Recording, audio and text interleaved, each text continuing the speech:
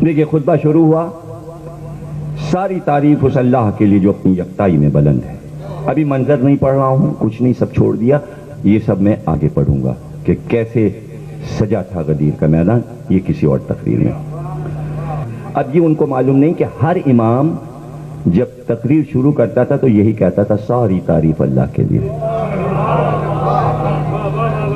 اور پیغمبر نے بھی وہی کہا ساری تعریف اس اللہ کے لیے جو اپنی یکتائی میں بلند اور اپنی انفرادی شان کے باوجود قریب ہے، وہ سلطنت کے اعتبار سے جلیل اور ارکان کے اعتبار سے عظیم ہے، وہ اپنی منزل پر رہ کر بھی اپنے علم سے ہر شے کا احاطہ کیے ہوئے ہے، اور اپنی قدرت اور اپنے برہان کی بنا پر تمام مخلوقات کو قبضے میں رکھے ہوئے ہے، ہمیشہ سے بزرگ ہے اور ہمیشہ قابل حمد رہے گا، بلندیوں کا پیدا کرنے والا، فرش زمین کا بچھانے والا، آسمان و زمین پر اختیار رکھنے والا، بے نیاز پاکیزہ صفات، ملائکہ اور روح کا پروردگار، تمام مخلوقات پر فضل و کرم کرنے والا اور تمام ایجادات پر مہربانی کرنے والا۔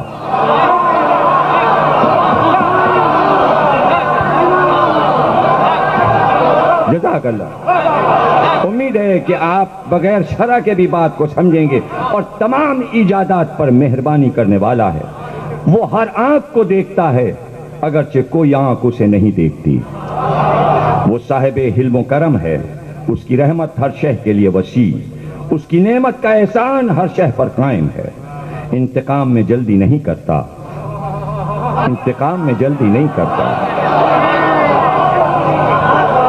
پیغمبر ہمارا بول رہا ہے، غدیر کے میدان میں آواز گونج رہی ہے، انتقام میں جلدی نہیں کرتا، اور مستحقین عذاب کو عذاب دینے میں عجلت سے کام نہیں دیتا،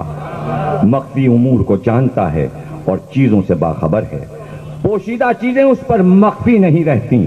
اور مخفی امور اس پر مشتبہ نہیں ہوتے، وہ ہر شے پر محیط اور ہر چیز پر غالب ہے، اس کی قوت ہر شے میں اور اس کی قدرت ہر چیز پر ہے، وہ بے مثل ہے اور شہ کو شہ بنانے والا ہے، ہمیشہ رہنے والا، انصاف کرنے والا ہے، اس کے علاوہ کوئی خدا نہیں، وہ عزیز و حکیم ہے، نگاہوں کی رسائی سے بالا تر ہے، اور ہر نگاہ کو اپنی نظر میں رکھتا ہے کہ وہ لطیف بھی ہے اور خبیر بھی ہے، کوئی شخص اس کے وصف کو پا نہیں سکتا اور کوئی اس کے ظاہر و باطن کا ادراک نہیں کر سکتا، مگر اتنا ہی جتنا اس نے خود بتا دیا ہے۔ میں گواہی دیتا ہوں کہ وہ ایسا خدا ہے جس کی پاکیزگی زمانے پر محیط اور جس کا نور ابدی ہے، اس کا حکم نافذ ہے، نہ اس کا کوئی مشیر ہے، نہ تقدیر، نہ کوئی اس کا شریک ہے، اور نہ اس کی تدبیر میں کوئی فرق ہے، وہ جو کچھ بنایا وہ بغیر کسی نمونے کے بنایا، اور جسے بھی خلق کیا بغیر کسی کی اعانت یا فکر و نظر کی زحمت کے بنایا، جسے بنایا وہ بن گیا، وہ بن گیا، اور جسے خلق کیا وہ خلق ہو گیا، وہ خدا ہے، لا شریک ہے، جس کی صفت محکم اور جس کا سلوک بہترین ہے۔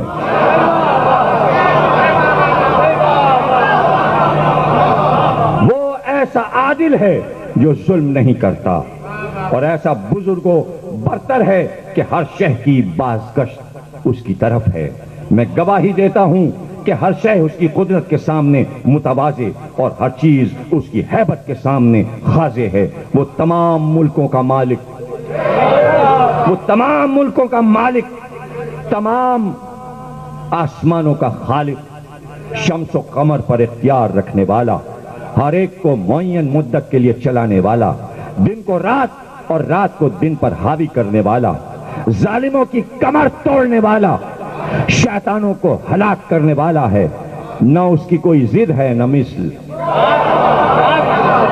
وہ یکتا ہے، بے نیاز ہے، نہ اس کا کوئی باپ ہے نہ بیٹا نہ ہمسر، خدا واحد اور رب مجید ہے، جو چاہتا ہے کر گزرتا ہے، جو ارادہ کرتا ہے پورا کر دیتا ہے، جاننے والا، خیر احسا کرنے والا، موت و حیات کا مالک، فقر و غنا کا صاحب اختیار، ہنسانے والا، رلانے والا، قریب لانے والا، دور ہٹانے والا، عطا کرنے والا، روک لینے والا ہے،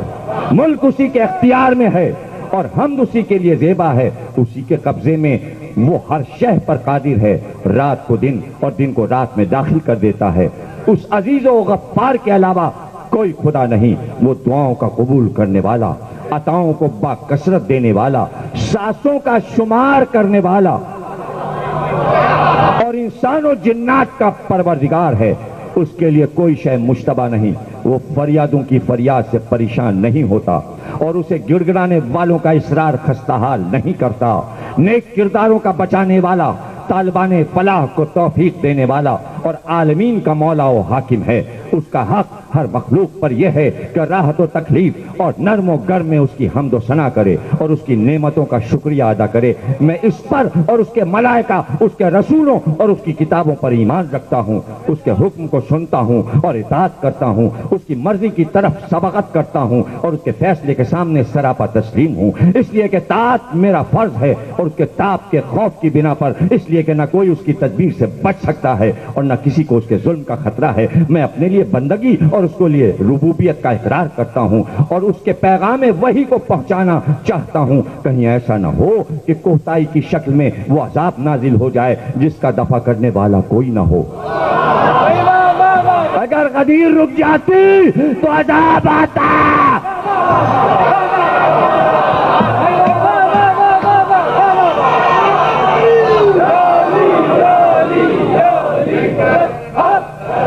خدائے وحدہ لا شریک نے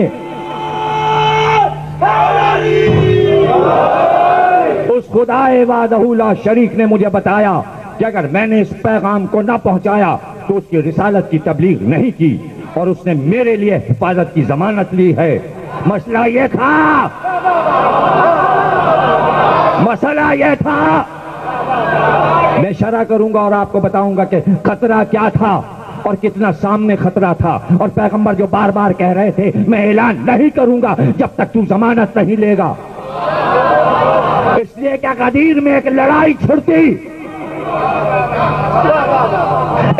چھڑتی اور اس لڑائی میں غدیر دب کے رہ جاتی۔ لڑتے تو علی اور سب مارے جاتے، لیکن غدیر کا مسئلہ رہ جاتا اور پیغمبر قتل ہو جاتے۔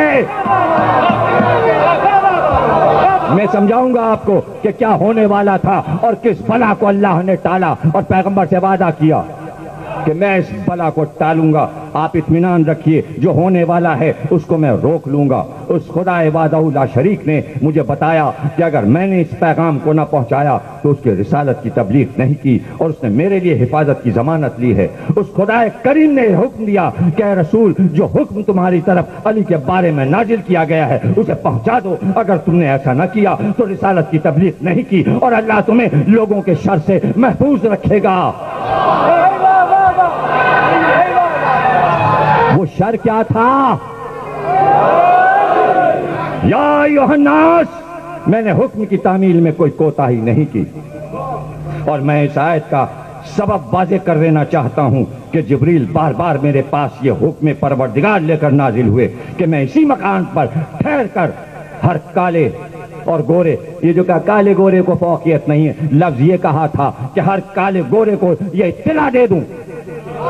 کہ کالوں کا بھی مولا ہے اور گوروں کا بھی مولا ہے۔ لفظ بدلے گئے،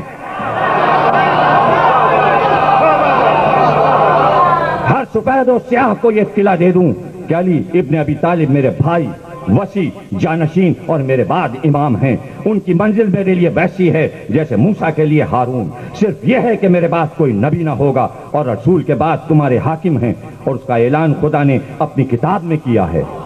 محمد کہہ رہے ہیں کتاب میں اعلان کیا ہے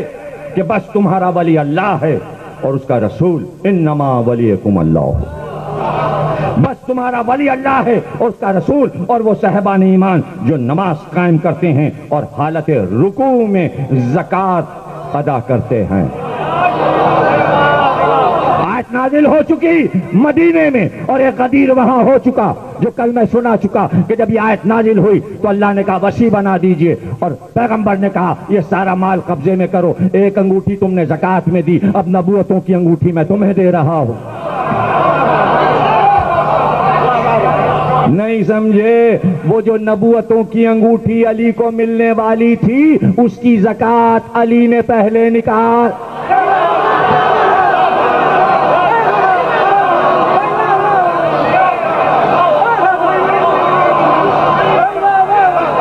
کہنا کیا کہنا، ماشاءاللہ۔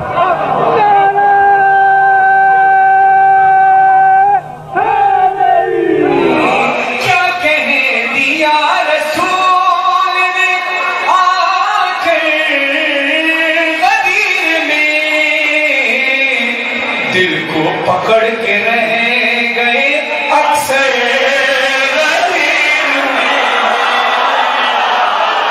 دل کو پکڑ کے رہ گئے اکثر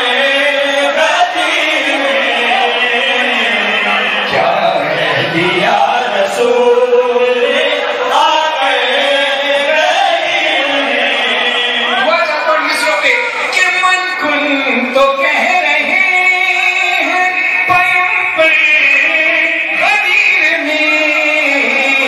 ہر لمحہ ہے صدی کے برابر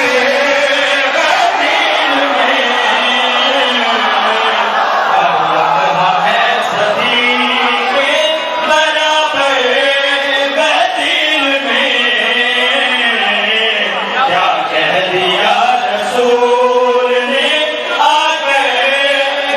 دل میں۔ جشن میں جو میلاد رکھا ہے عید غدیر کا،